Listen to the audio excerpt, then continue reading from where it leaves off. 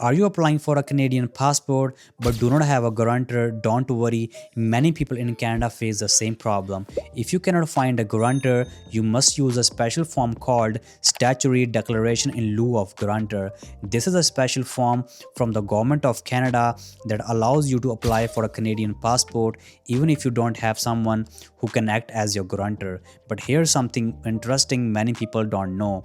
This form is not available online. You normally need it to get from a passport office or Service Canada, and you must sign it in front of a notary public lawyer to confirm your identity. Your guarantor must also sign your passport application, sign on the back of one passport photo, confirm your identity if the passport office calls them.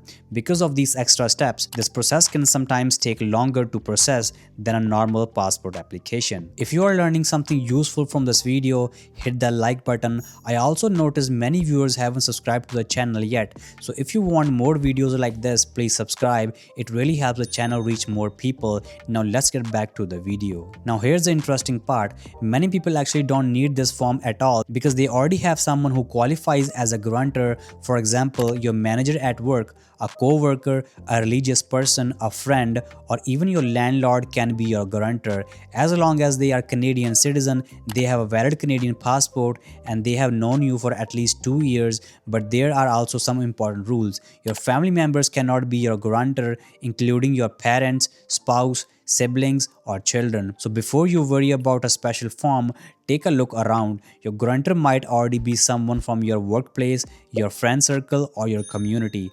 Thank you for watching. If you found this video helpful, please like, share, and subscribe for more updates. If you have any questions or topics you would like me to cover, leave a comment down below. Until next time, take care. Thank you.